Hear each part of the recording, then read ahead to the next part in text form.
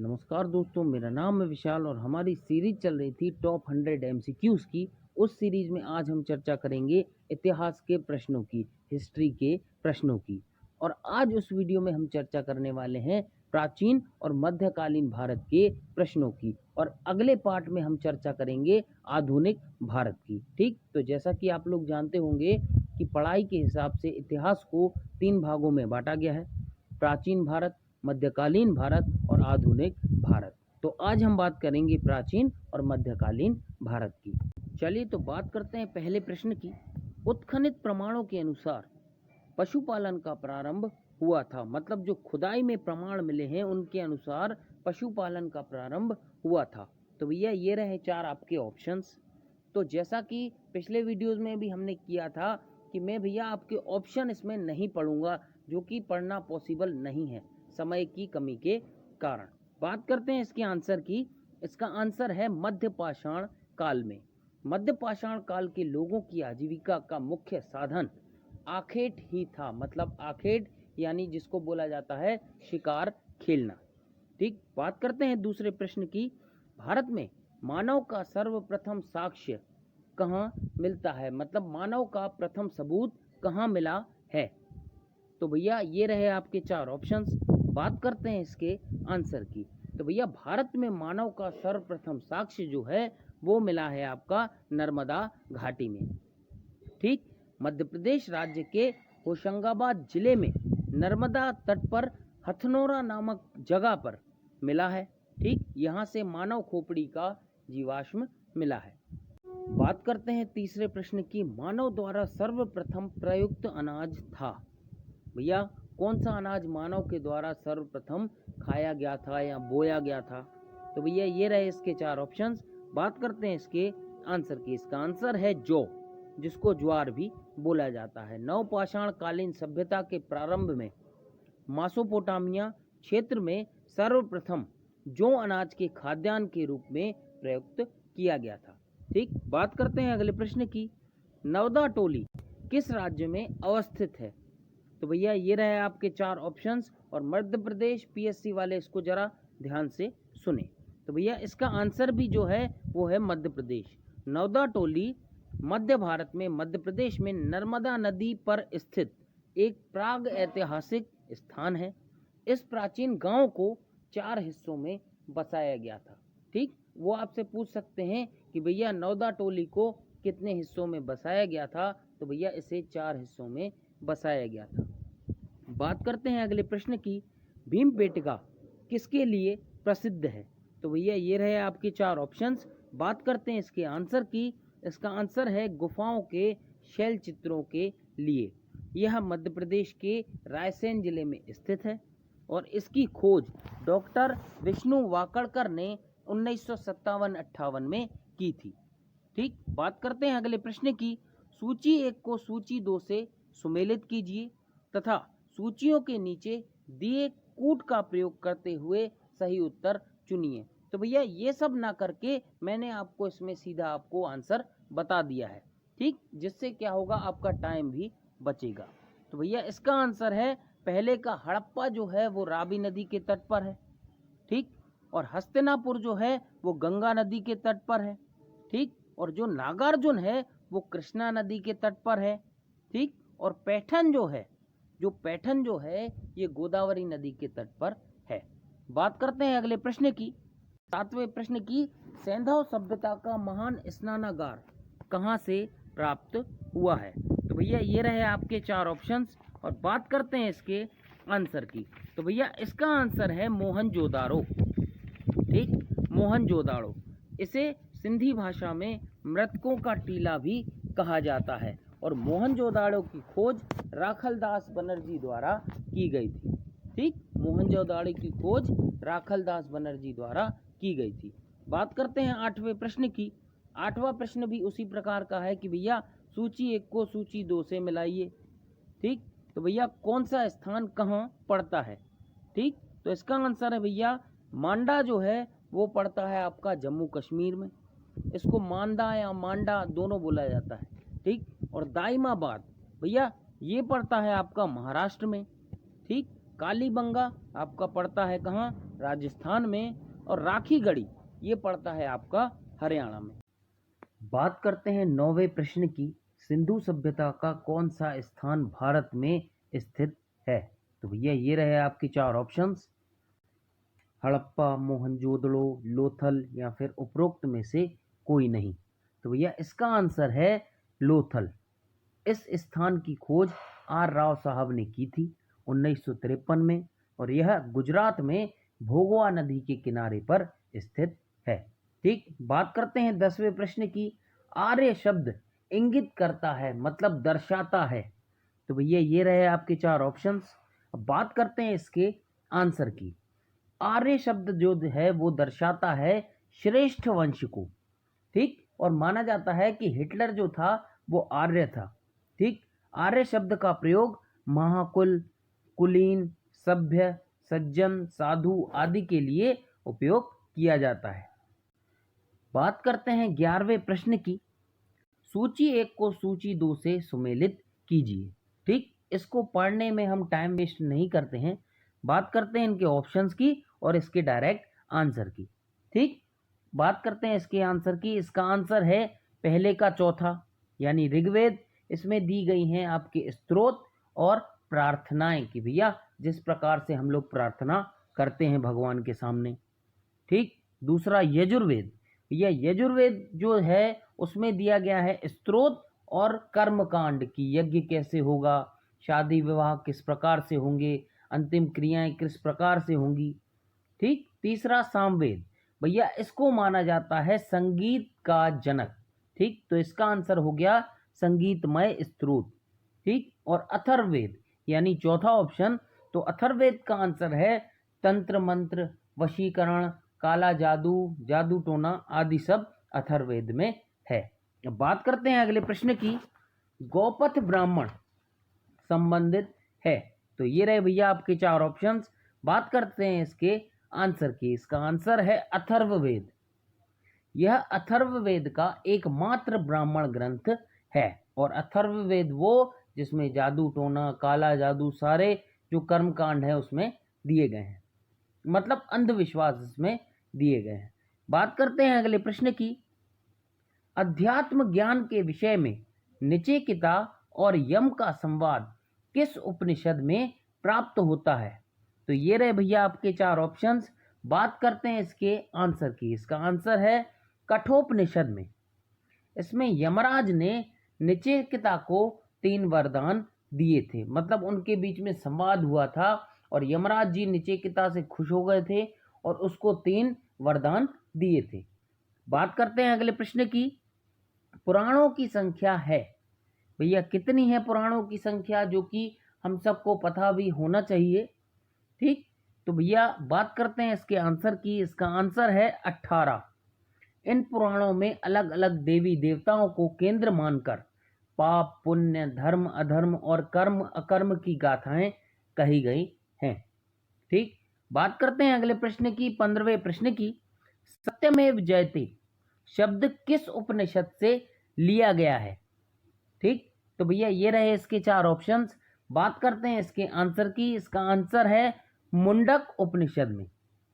यह भारत का राष्ट्रीय आदर्श वाक्य है और इसका अर्थ होता है सत्य ही जीतता है। और एक वो कहावत है ना कि भैया सत्य परेशान है किंतु पराजित नहीं, तो अंत में जीत सत्य की ही होती है। बात करते हैं 16वें प्रश्न की। महात्मा बुद्ध का महापरिनिर्वाण कहाँ हुआ? तो भैया ये रहे आपके 4 ऑप्शंस। और महापरिनिर्वाण का अर्थ होता है मृत्यु, यानी भगवान को, अल्लाह को, गॉड को प्राप्त होना। ठीक, ये दुनिया छोड़कर जाना कुल मिलाकर। ठीक, अब बात करते हैं इसके आंसर की। इसका आंसर है कुशीनगर में। ठीक, गौतम बुद्ध की मृत्यु 483 ईसा पूर्व में कुशीनगर में हुई थी। ईसा पूर्व यानी ईसा मसीह के जन्म से पहले। अब बात करते हैं अगले प्रश्न की। सूची 1 को सूची 2 से सुमेलित कीजिए। ठीक, इसमें हम टाइम वेस्ट नहीं करेंगे, डायरेक्ट ऑप्शंस की बात करते हैं और इसके आंसर की बात करते हैं कि भैया ये जो ऑप्शन दिए गए हैं इनके सामने चिन्ह कौन से आएंगे। भैया जन्म जो है इसका चिन्ह कौन सा है? इसका चिन्ह है कमल। ठीक। प्रथम वचन, इसका चिन्ह है धर्म चक्र प्रवर्तन। महाबोधि यानी बोधि वृक्ष। और चौथा त्याग, जिसका चिन्ह है घोड़ा। ठीक। अब त्रिपिटक क्या है? अगले प्रश्न की बात करते हैं। त्रिपिटक जो है वो क्या है? त्रिपिटक क्या है? गांधी जी के 3 बंदर, ब्रह्मा विष्णु महेश, या फिर महावीर के 3 नगीने, या फिर बुद्ध के उपदेशों का संग्रह? तो भैया इसका आंसर है बुद्ध के उपदेशों का संग्रह। यह ग्रंथ पाली भाषा में लिखे गए हैं। ठीक। और इनका जो अनुवाद है वो विभिन्न भाषाओं में किया गया है। ठीक। बात करते हैं अगले प्रश्न की। सर्वप्रथम स्तूप शब्द कहाँ मिलता है? तो भैया ये रहे आपके 4-5 ऑप्शन। बात करते हैं इसके आंसर की। इसका आंसर है ऋग्वेद में। इसका इतिहास 4वीं सदी ईसा पूर्व से माना जाता है। किसका? स्तूप शब्द का। जो कि आप लोगों ने देखा होगा, आप लोग कभी सांची गए हो तो बहुत अच्छा एक स्तूप बना हुआ है, वहां जाएं तो कभी देखें, बहुत ही प्यारा लगता है। ठीक। इसका इतिहास 4वीं सदी ईसा पूर्व से माना जाता है, जबकि इसका सर्वप्रथम उल्लेख हमें ऋग्वेद में मिलता है और इसकी उत्पत्ति संस्कृत शब्द से हुई है। बात करते हैं 20वें प्रश्न की। वह स्तूप स्थल जिसका संबंध भगवान बुद्ध के जीवन की किसी घटना से नहीं रहा है, वह कौन सा स्तूप है? ठीक। तो भैया ये रहे आपके 4 ऑप्शंस। बात करते हैं इसके आंसर की। इसका आंसर है सांची। यह रायसेन जिले में स्थित है, विदिशा से 10 किलोमीटर दूरी पर, जिसकी मैंने अभी बात की। बहुत अच्छा लगता है देखने में। यह अशोक द्वारा बौद्ध धर्म के अध्ययन एवं शिक्षा केंद्र के तौर पर बनाया गया था। ठीक। बात करते हैं अगले प्रश्न की, 21वें प्रश्न की। निम्नलिखित में से किसे एशिया के ज्योतिपुंज यानी लाइट ऑफ एशिया भी कहा जाता है? भैया ये रहे आपके 4 ऑप्शंस। बात करते हैं इसके आंसर की। इसका आंसर है गौतम बुद्ध को लाइट ऑफ एशिया कहे जाने वाले बौद्ध धर्म के संस्थापक महात्मा बुद्ध कहे जाते हैं। इनका जन्म 563 ईसा पूर्व में हुआ था और इनकी मृत्यु 483 ईसा पूर्व में हुई थी। ठीक। बात करते हैं अगले प्रश्न की।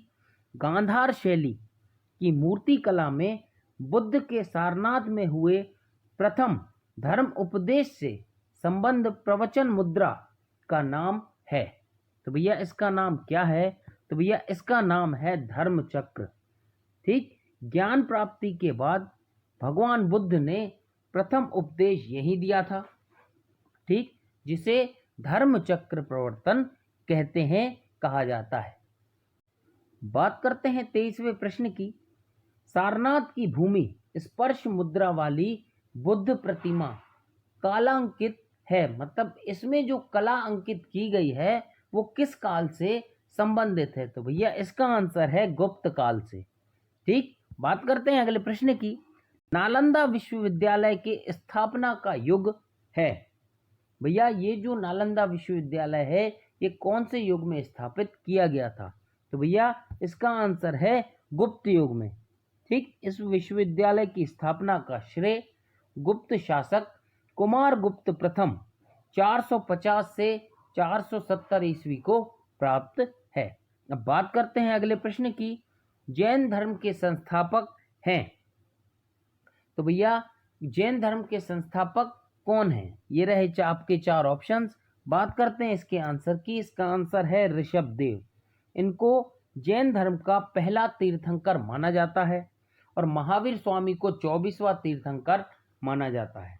ठीक। बात करते हैं अगले प्रश्न की। महावीर स्वामी का जन्म कहाँ हुआ था? तो भैया ये रहे 4 ऑप्शंस। बात करते हैं इसके आंसर की। इसका आंसर है वैशाली में। महावीर स्वामी यह जैन धर्म के 24वें तीर्थंकर हैं। अब बात करते हैं अगले प्रश्न की। महावीर का प्रथम अनुयायी कौन था? तो भैया ये रहे 4 ऑप्शंस। बात करते हैं इसके आंसर की। इसका आंसर है जमाली। यह उनके दामाद भी थे और प्रथम जैन भिक्षुणी जो थी वो नरेश दधी वाहन की बेटी चंपा थी। और महावीर ने अपने शिष्यों को 11 गणधरों में विभाजित किया था, बांटा था। ठीक, बात करते हैं अगले प्रश्न की, समाधि मरण किस दर्शन से संबंधित है? तो भैया ये रहे आपके 5 ऑप्शंस। बात करते हैं इसके आंसर की। इसका आंसर है जैन दर्शन। समाधि मरण या संलेखना स्वेच्छा से मौत को गले लगाना है, जैसा कि चंद्रगुप्त ने किया था। अब बात करते हैं अगले प्रश्न की, बराबर की गुफाओं का उपयोग किसने आश्रय गृह के रूप में किया था, वहां आश्रय लिया था? तो भैया ये रहे आपके ऑप्शन। अब बात करते हैं इसके आंसर की। इसका आंसर है आजीवकों ने। ठीक, इसका निर्माण अशोक द्वारा करवाया गया था और यह बिहार में स्थित है। अब बात करते हैं अगले प्रश्न की, भागवत संप्रदाय के विकास में किसका देन अत्यधिक है, मतलब उसके विकास में जो योगदान है वो सबसे अत्यधिक किसका है? तो भैया ये रहे आपके 4 ऑप्शंस। बात करते हैं इसके आंसर की। इसका आंसर है गुप्त। भारत में भागवत धर्म वैष्णव धर्म का चरमोत्कर्ष, मतलब अपना जो पीक पॉइंट है, 4वीं-5वीं शताब्दी में गुप्तों के शासनकाल में हुआ था। अब बात करते हैं अगले प्रश्न की, पुरी में रथ यात्रा किसके सम्मान में निकाली जाती है? तो ये निकाली जाती है भैया भगवान जगन्नाथ के सम्मान में। भगवान जगन्नाथ, सुभद्रा और बलदेव महाराज के सम्मान में प्रतिवर्ष सावन मास में रथ यात्रा का आयोजन किया जाता है। बात करते हैं 32वें प्रश्न की, सूची 1 को सूची 2 से सुमेलित कीजिए।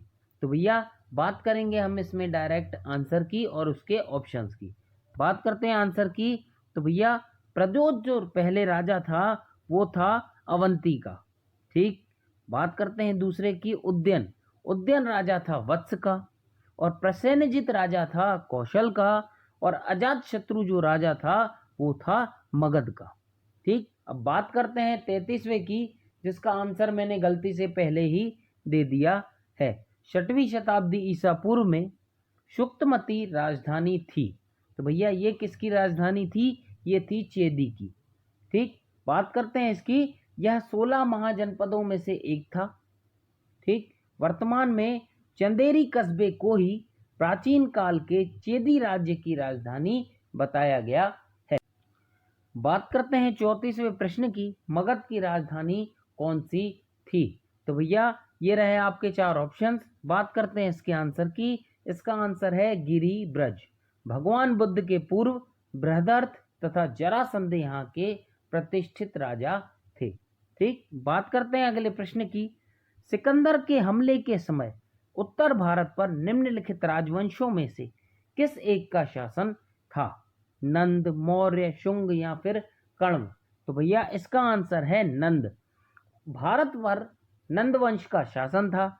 इसका अंतिम शासक धनानंद था, जिन्होंने महान पंडित चाणक्य का अपमान किया था। चाणक्य वो थे जिन्होंने अर्थशास्त्र की किताब उस समय पे लिखी थी। ठीक, तो और कहा जाता है ना, एक कहावत है कि भैया ब्राह्मण भूखा तो सुदामा और रूठा तो रावण। फिर क्या हुआ? नंद वंश का शासन ही खत्म हो गया। बात करते हैं 36वें प्रश्न की, यूनानी लेखक जस्टिन द्वारा किसे सेंड्रोकॉट्स कहा गया था? तो भैया ये रहे आपके 4 ऑप्शंस। बात करते हैं इसके आंसर की। तो भैया इसका आंसर है चंद्रगुप्त मौर्य। जस्टिन के अनुसार मौर्य वंश के संस्थापक चंद्रगुप्त मौर्य के पास 6 लाख की सेना थी, और इन्होंने कहीं लिखा है जिससे उन्होंने पूरे भारत को रौंद डाला, मतलब अपने कब्जे में ले लिया।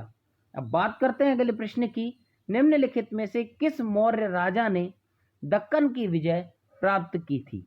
तो भैया ये रहे आपके 4 ऑप्शंस। बात करते हैं इसके आंसर की। महान राजा चंद्रगुप्त, मौर्य वंश के संस्थापक चंद्रगुप्त मौर्य ने दक्कन की विजय प्राप्त की थी। बात करते हैं अगले प्रश्न की, सेल्यूकस, जिनको अलेक्जेंडर द्वारा सिंध एवं अफगानिस्तान का प्रशासक नियुक्त किया गया, को किस भारतीय राजा द्वारा हराया गया था? तो भैया इसका आंसर है चंद्रगुप्त, महान राजा चंद्रगुप्त द्वारा। चंद्रगुप्त ने पश्चिमोत्तर भारत के यूनानी शासक सेल्यूकस को पराजित किया और उससे हेरात, कंधार, काबुल आदि छीन लिया था। अब बात करते हैं अगले प्रश्न की। अशोक के अभिलेखों को सर्वप्रथम किसके द्वारा पढ़ा गया? तो भैया ये रहे आपके चार ऑप्शंस।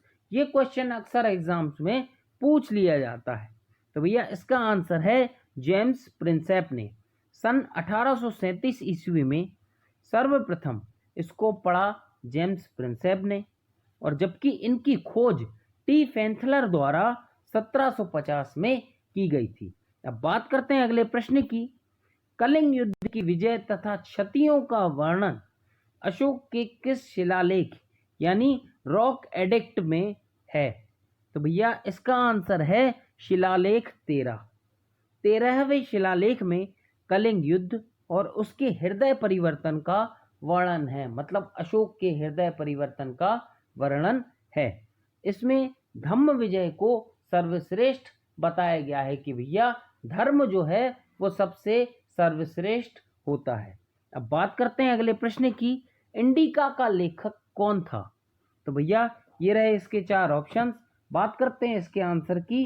इसका आंसर है मेगास्थनीज। यह मौर्योकालीन भारत का एक लेख है। बात करते हैं 42वें प्रश्न की। निम्नलिखित व्यक्ति भारत में किसी न किसी समय पर आए, तो हमें उस क्रम में इनको जमाना है। तो भैया इसका क्रम है 4 3 2 1। मैं बताता हूं कैसे। ह्वेनसांग जो है वो 627 से 643 ईसा पूर्व में भारत आए। ठीक। अब बात करते हैं मेगास्थनीज साहब की। ये आए थे आपके 304 ईसा पूर्व में। ठीक। बात करते हैं फायान की। ये आए थे आपके 399 ईस्वी में, और इत्सिंग आए थे सबसे आखिर में 671 ईस्वी में। बात करते हैं 43वें प्रश्न की। विक्रम संवत कब से प्रारंभ हुआ?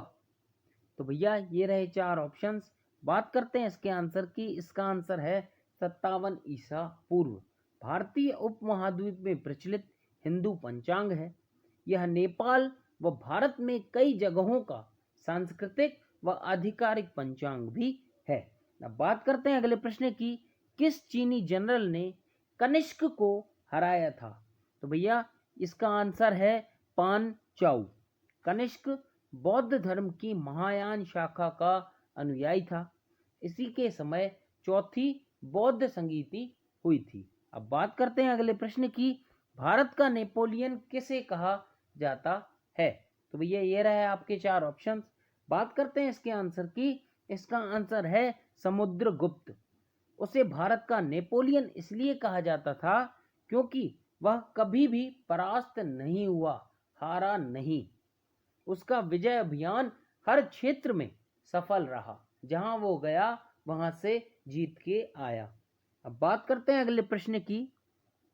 इनमें से किस गुप्त शासक ने हूणों को पराजित किया? तो भैया ये रहे इसके ऑप्शंस। बात करते हैं इसके आंसर की। इसका आंसर है स्कंदगुप्त। कुमारगुप्त का उत्तराधिकारी स्कंदगुप्त था। यह योग्य एवं अत्यंत पराक्रमी राजा था। ठीक। स्कंदगुप्त ने हूणों के साथ पुष्यमित्रों को भी पराजित किया था। अब बात करते हैं अगले प्रश्न की। मीमांसा के प्रणेता थे? तो भैया मीमांसा के प्रणेता कौन थे? तो भैया ये थे जैमिनी। ठीक। पूर्व मीमांसा के प्रणेता जैमिनी हैं, जिनका ग्रंथ मीमांसा सूत्र दर्शन इसका सूत्र है, और इस पर विस्तृत टीका शबर स्वामी ने लिखी है। अब बात करते हैं अगले प्रश्न की। खजुराहो के मंदिर स्थापत्य के निर्माण में सहयोगी थे?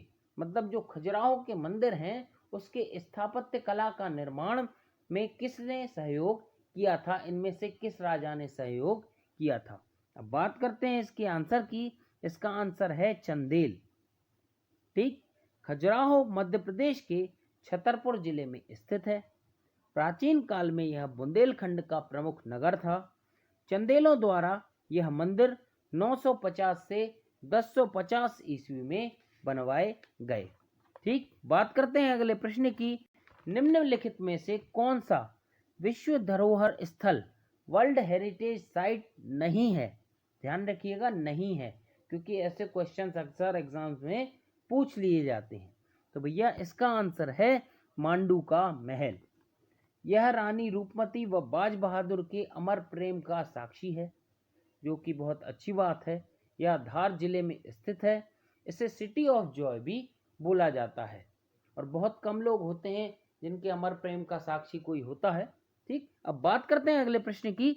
निम्नलिखित में से किसका शिखर द्रविड़ शैली में बना हुआ है? तो भैया ये रहे इसके चार ऑप्शंस। बात करते हैं इसके आंसर की। इसका आंसर है ग्वालियर का तेली मंदिर। यह प्राचीन हिंदू मंदिर है। यह मंदिर विष्णु, शिव व मातृका को समर्पित है। ठीक, अब बात करते हैं अगले प्रश्न की। एलोरा में गुफाएं और शैलकृत मंदिर हैं। ठीक, किनके हैं? तो भैया ये रहे चार ऑप्शंस। बात करते हैं इसके आंसर की। इसका आंसर है हिंदुओं, बौद्धों और जैनों की। ठीक, यहाँ 12 बौद्ध गुफाएं हैं, 17 हिंदू गुफाएं हैं और 5 जैन गुफाएं हैं। मतलब इनने हिंदुओं की, बौद्धों की और जैनों की तीनों गुफाएं इसमें हैं। बात करते हैं 52वें प्रश्न की। एलोरा के प्रसिद्ध शिव मंदिर का निर्माता कौन सा राष्ट्रकूट नरेश था? तो भैया ये रहे इसके चार ऑप्शंस। बात करते हैं इसके आंसर की। इसका आंसर है कृष्ण प्रथम। और इन गुफाओं में केवल एक गुफा 12 मंजिल की है, जिसे कैलाश मंदिर कहा जाता है। ठीक, अब बात करते हैं अगले प्रश्न की। निम्नांकित जोड़ों में किसका सुमेल है? तो भैया ये दिए हैं चार ऑप्शंस। बात करते हैं इसके आंसर की। इसका आंसर है एलोरा की गुफाएं बनवाई हैं राष्ट्रकूटों ने, मीनाक्षी मंदिर बनवाया है शकों ने, खजुराहो मंदिर बनवाए हैं आपके चंदेलों ने, और महाबलीपुरम के मंदिर बनवाए हैं आपके पल्लवों ने। ठीक, अब बात करते हैं अगले प्रश्न की। भारत का पहला मुस्लिम आक्रमण किस वर्ष हुआ? तो भैया अब आए हैं अपन 711 ईस्वी में मध्यकालीन भारत में। ठीक, बात करते हैं इसके आंसर की। इसका आंसर है 711 ईस्वी। भारत पर आक्रमण करने वाला प्रथम मुस्लिम शासक मोहम्मद बिन कासिम था। अब मोहम्मद बिन कासिम कौन था भैया? तो ये रहे आपके चार ऑप्शंस। बात करते हैं इसके आंसर की। इसका आंसर है अरब। मोहम्मद बिन कासिम था अरब। कासिम ने 712 ईस्वी में सिंध तथा मुल्तान जीत लिया था। ठीक, वो आते थे घोड़े से सिंध के रास्ते होते हुए, उसके बाद भारत में एंटर करते थे। अब बात करते हैं अगले प्रश्न की। निम्न में से कौन चंदेल शासक महमूद गजनवी से पराजित नहीं हुआ था? तो भैया इसका आंसर है विद्याधर। ठीक, इसने खजुराहो का कंदरिया महादेव मंदिर बनवाया था। मुस्लिम लेखक इसे चंद्र व विदा नाम से पुकारते थे। बात करते हैं 58वें प्रश्न की।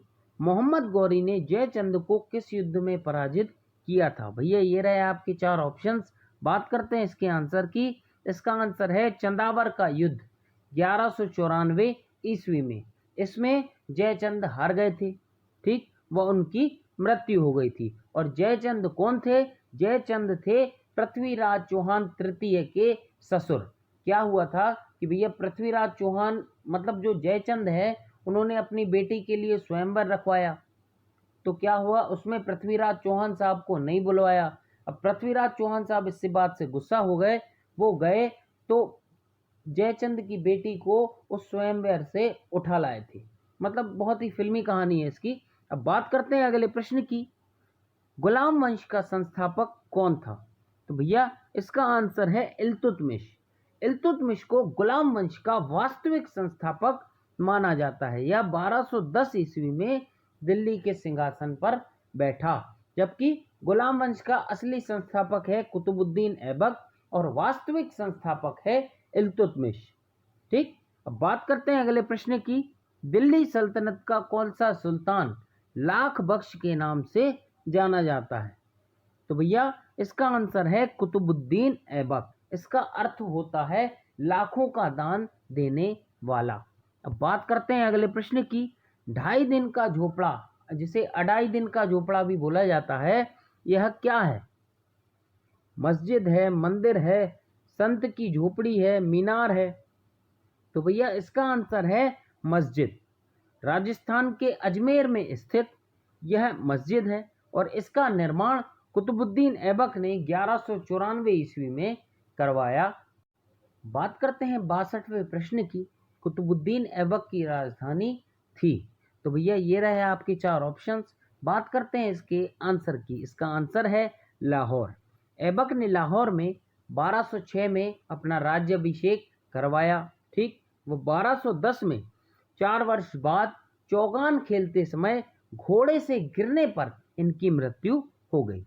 ठीक, अब बात करते हैं अगले प्रश्न की। गुलामों का गुलाम किसे कहा गया है? तो भैया इसका आंसर है, ये कहा गया है इल्तुतमिश को।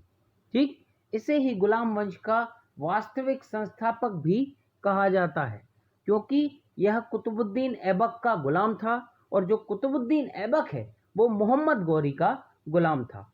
ठीक, बात करते हैं 64वें प्रश्न की।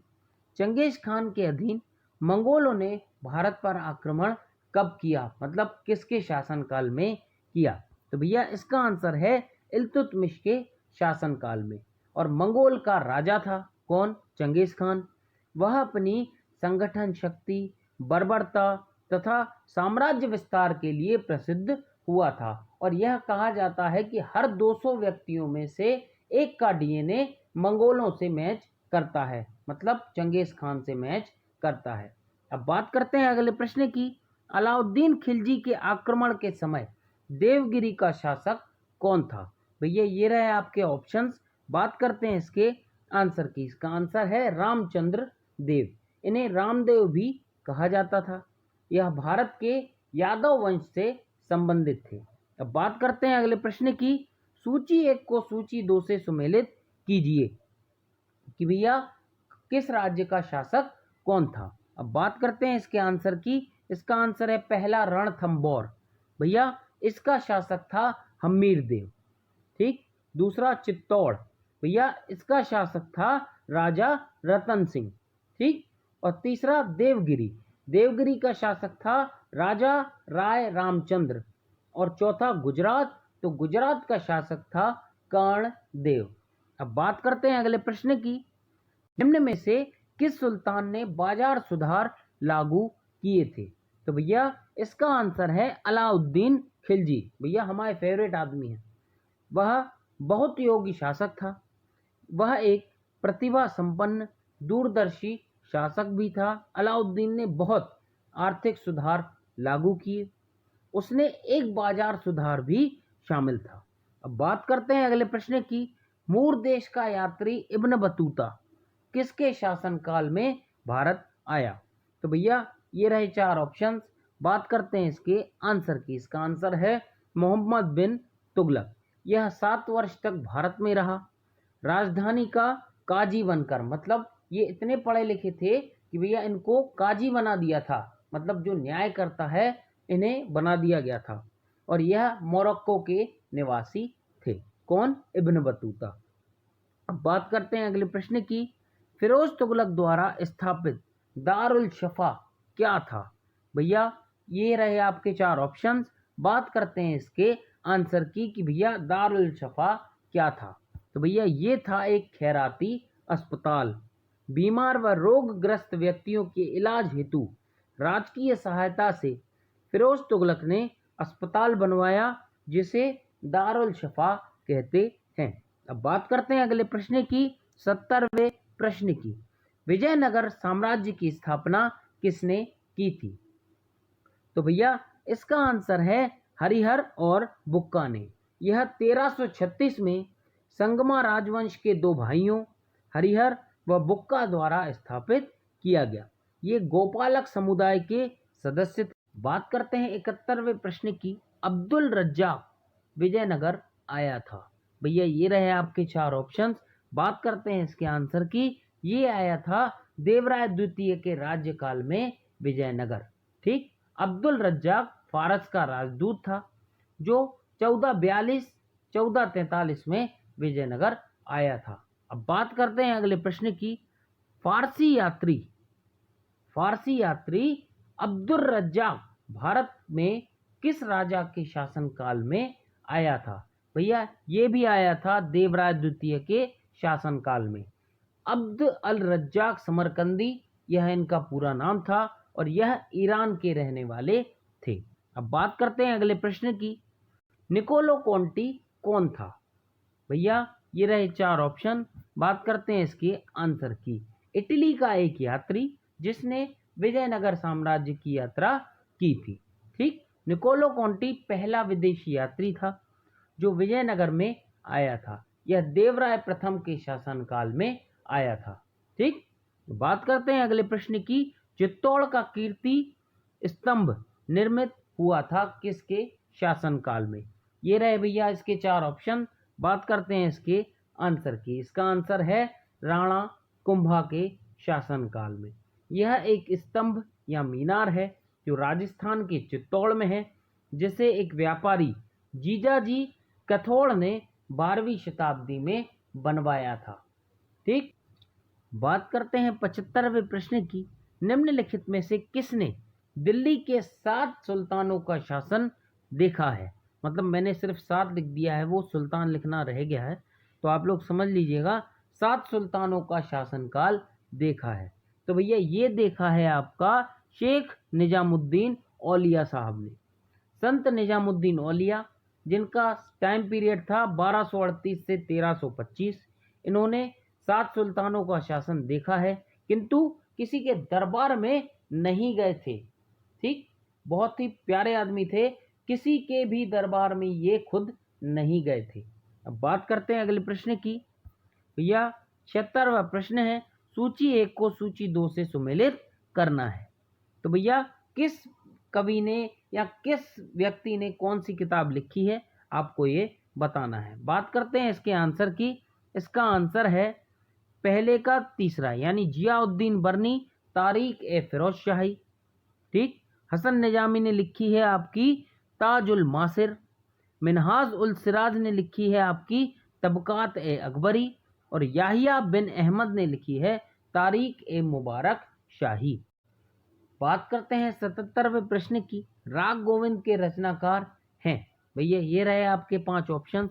बात करते हैं इसके आंसर की। इसका आंसर है मीराबाई। ठीक, मीराबाई। मीराबाई ने 4 ग्रंथों की रचना की है, नरसी म्हारो, गीत गोविंद टीका, राग गोविंद और राग सूरठ के पद। बात करते हैं 78वें प्रश्न की। मेवाड़ के जिस राजा को 1527 में खानवा के युद्ध में बाबर ने हराया था, वह राजा कौन था? भैया ये रहे आपके 4 ऑप्शंस। बात करते हैं इसके आंसर की। इसका आंसर है राणा सांगा। 16 मार्च 1527 को आगरा से 35 किलोमीटर दूर खानवा गांव में बाबर व राणा सांगा के बीच युद्ध लड़ा गया था, जिसे बाबर द्वारा जीत लिया गया। ठीक, बात करते हैं अगले प्रश्न की।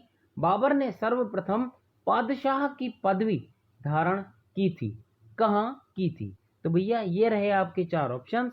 बात करते हैं इसके आंसर की। इसका आंसर है फरगना में। बाबर के पिता उमर शेख फरगना के शासक थे। बाबर इस गद्दी पर 8 जून 1494 में बैठा और 1507 ईस्वी में बादशाह की पदवी धारण की थी। बात करते हैं 80वें प्रश्न की। शेरशाह का मकबरा कहाँ है? भैया ये रहे इसके 4 ऑप्शंस।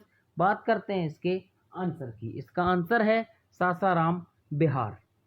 ठीक, इन्होंने काबुल से लेकर चटगांव तक जीटी रोड को बढ़ाया। इन्होंने 1540 से 1545 तक शासन किया। सासाराम बिहार में इनका मकबरा स्थित है। ठीक, बात करते हैं अगले प्रश्न की। हल्दी घाटी की युद्ध में महाराणा प्रताप की सेना के सेनापति कौन थे? तो भैया ये रहे इनके ऑप्शन। बात करते हैं इसके आंसर की। हकीम खान सूर। यह स्थल राजस्थान के गोगुंदा के पास हल्दी घाटी में है और ये सकरी पहाड़ी का एक दर्रा है। ठीक, बात करते हैं 82वें प्रश्न की। दिल्ली में कौन सा ऐतिहासिक स्मारक भारतीय तथा फारसी वास्तुकला शैली का उदाहरण है? तो भैया इसका आंसर है हुमायूं का मकबरा। यह मकबरा हुमायूं की विधवा बेगम हमीदा बानो बेगम के आदेश पर 1562 ईस्वी में बनाया गया था। ठीक, बात करते हैं अगले प्रश्न की। मुगल सम्राट अकबर के समय का प्रसिद्ध चित्रकार था, कौन था? भैया ये रहे चार ऑप्शन। बात करते हैं इसके आंसर की। इसका आंसर है दसवंत। अकबर के समय और भी चित्रकार थे, जैसे मीर सैयद अली, दसवंत, बसावन, ख्वाजा अब्दुल समद, मुकुंद आदि थे। ठीक, बात करते हैं अगले प्रश्न की। इंग्लैंड की रानी एलिजाबेथ फर्स्ट का समकालीन भारतीय राजा था। भैया ये रहे चार ऑप्शंस। बात करते हैं इसके आंसर की। इसका आंसर है अकबर। एलिजाबेथ फर्स्ट 1558 से 1603 तक इंग्लैंड की रानी थी। उनके समकालीन अकबर थे। अकबर का कार्यकाल 1556 से 1605 ईस्वी तक था। बात करते हैं 85वें प्रश्न की। हिंदू धर्म ग्रंथों का अध्ययन करने वाला प्रथम मुस्लिम शासक कौन था? ये रहे चार ऑप्शन आपके। अब बात करते हैं इसके आंसर की। इसका आंसर है दारा शिको। शाहजहां के चारों पुत्रों में सबसे बड़ा पुत्र दारा शिको, जो कि सर्वाधिक अध्ययन करता था। उसको बहुत लालसा रहती थी कि भैया ये नई चीज़ पढ़ लें। ठीक, नई चीज़ पढ़ लें, क्या सीखने को नई चीज़ से मिलता है। और इसने कई ग्रंथों का फारसी में अनुवाद करवाया था, जैसे भगवत गीता हो गई, योग वशिष्ठ हो गया, और भी बहुत सारी किताबें शामिल हैं। बात करते हैं अगले प्रश्न की, 86वें प्रश्न की। औरंगजेब ने जोधपुर के शासक जसवंत सिंह को 1658 ईस्वी के धर्मट के युद्ध में पराजित किया था। धर्मट किस राज्य में स्थित है? भैया क्या राजस्थान में, मध्य प्रदेश में, गुजरात में, उत्तर प्रदेश में? तो भैया ये है मध्य प्रदेश में। ठीक, यह आधुनिक मध्य प्रदेश के उज्जैन से 14 किलोमीटर दूर गंभीरा नदी के तट पर स्थित है। यह एक छोटा सा गांव है। ठीक, बात करते हैं अगले प्रश्न की, 87वें प्रश्न की। किस मुगल सेनापति के साथ शिवाजी ने 1665 ईस्वी में पुरंदर की संधि पर हस्ताक्षर किए थे? क्या दिलेर खां, जय सिंह, जसवंत सिंह या फिर शाइस्ता खां? तो भैया इसका आंसर है जय सिंह। यह मुगल साम्राज्य के सेनापति थे। कौन? जय सिंह। यह संधि 11 जून 1665 ईस्वी में हुई थी। ठीक, बात करते हैं अगले प्रश्न की। किस मुगल बादशाह को जिंदा पीर कहा जाता था? क्या अकबर को, औरंगजेब को, शाहजहां को या फिर जहांगीर को? तो भैया इसका आंसर है औरंगजेब को। औरंगजेब अपने खर्चों के लिए कुरान की आयतें लिखता था और टोपी सिलता था, इसलिए उसे जिंदा पीर भी कहा जाता है। जिंदा पीर का अर्थ होता है जिंदा भगवान, या हिंदू में भगवान कह सकते हैं, मुस्लिमों में अल्लाह कह सकते हैं, जैसे जिंदा पीर। ठीक, जिंदा भगवान। बात करते हैं अगले प्रश्न की। दसवंत और बसावन प्रसिद्ध चित्रकार मुगल सम्राट के राजदरबारी थे। किस मुगल सम्राट के राजदरबारी थे? तो भैया ये रहे आपके चार ऑप्शंस। बात करते हैं इसके आंसर की। इसका आंसर है अकबर। ठीक, ये जो थे अकबर के प्रसिद्ध चित्रकार थे, और इसके अलावा भी और चित्रकार थे जिसका मैंने पिछले प्रश्नों में जिक्र किया है, चर्चा की है, तो आप ध्यान रखिएगा। बात करते हैं 90वें प्रश्न की। प्रसिद्ध तानसेन का मकबरा कहाँ स्थित है? तो भैया ये स्थित है ग्वालियर में। ठीक, ग्वालियर में तानसेन का व इनके गुरु मोहम्मद गौस का मकबरा भी वहीं है। ये 1562 से 1586 तक अकबर के दरबार में संगीतकार थे और अकबर के 9 रत्नों में से भी एक थे। बात करते हैं अगले प्रश्न की। गुलबदन बेगम पुत्री थी। भैया ये किसकी पुत्री थी? क्वेश्चन हमसे पूछ रहा है। ठीक, बात करते हैं इसके आंसर की। इसका आंसर है बाबर की पुत्री थी। कौन? गुलबदन बेगम। इन्होंने अपने सौतेले भाई हुमायूं का जीवन चित्रण हुमायूंनामा में किया है। मतलब हुमायूंनामा किसके द्वारा लिखी गई है? गुलबदन बेगम के द्वारा लिखी गई है। बात करते हैं 92वें प्रश्न की। शाहजहांनामा के लेखक कौन है? भैया ये रहे आपके 5 ऑप्शंस। बात करते हैं इसके आंसर की। इसका आंसर है इनायत खान। ठीक, जबकि अब्दुल हमीद लाहौरी ने बादशाहनामा, गुलबदन बेगम ने हुमायूंनामा, जैसा कि मैंने पिछले क्वेश्चन में आपको बताया, और जहांगीर ने तुजू के जहांगीरी लिखी है। अब बात करते हैं अगले प्रश्न की। अब्दुल फजल द्वारा अकबरनामा को पूरा किया गया था? कितने वर्षों में इसको पूरा किया गया था? अब बात करते हैं इसके आंसर की। इसका आंसर है 7 वर्षों में। अबुल फजल अकबर के 9 रत्नों में से एक थे। इसे आईने अकबरी भी कहते हैं। ठीक, इस किताब का दूसरा नाम आईने अकबरी भी है। अकबरनामा, आईने अकबरी किसने लिखी? ये लिखी अबुल फजल।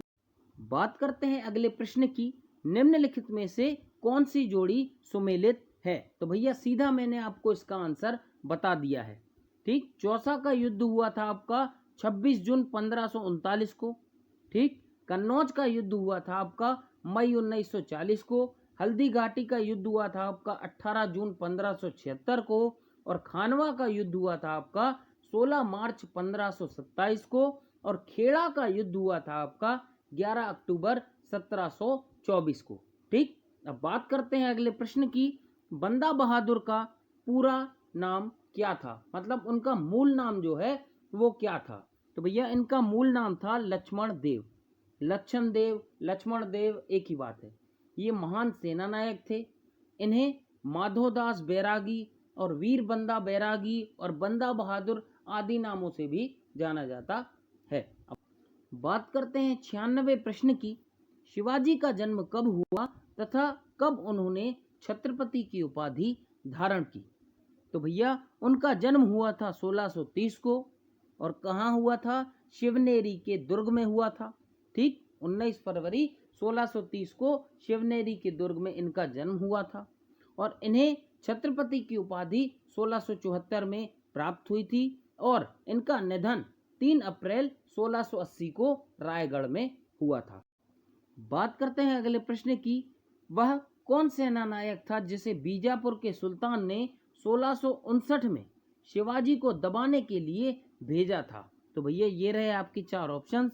बात करते हैं इसके आंसर की। इसका आंसर है अफजल खां। शिवाजी से निपटने के लिए अब्दुल्ला भटारी अफजल खां को शिवाजी के विरुद्ध भेजा गया था। अब बात करते हैं 98वें प्रश्न की। एक इतिहासकार ने पानीपत की तीसरी लड़ाई को स्वयं अपनी आंखों से देखा, वह कौन था? तो भैया वह थे काशीराम पंडित। पानीपत का तीसरा युद्ध 14 जनवरी 1761 में लड़ा गया। बात करते हैं 99वें प्रश्न की। भारत का आखिरी मुगल सम्राट कौन था? औरंगजेब, बहादुर शाह जफर, शाह आलम या फिर शाह जहां? तो भैया इसका आंसर है बहादुर शाह जफर। इनका पूरा नाम मिर्जा अबू जफर सिराजुद्दीन मोहम्मद बहादुर शाह था। ठीक, ये आखिरी मुगल सम्राट थे जिनको 1857 की क्रांति में भाग लेने के कारण फिर रंगून में जेल में भेज दिया गया था। ठीक, अब बात करते हैं अगले प्रश्न की। निम्नलिखित में से कौन हैदराबाद के स्वतंत्र राज्य का संस्थापक था? तो भैया ये रहे आपके 4 ऑप्शंस। बात करते हैं इसके आंसर की। इसका आंसर है चिनकिलिच खां। मैंने यहाँ पर हो सकता है गलत टाइप कर दिया हो। ठीक है, तो इसका आंसर है चिनकिलिच खां। इन्हें निजाम उल मुल्क भी कहा जाता है। सम्राट मोहम्मद शाह ने इन्हें दक्कन का वायसराय नियुक्त किया था तथा आसफ शाह की उपाधि प्रदान की थी। तो भैया आज का वीडियो करते हैं हम यही समाप्त। वीडियो पसंद आए तो कृपया शेयर कर दें। ठीक, थैंक यू।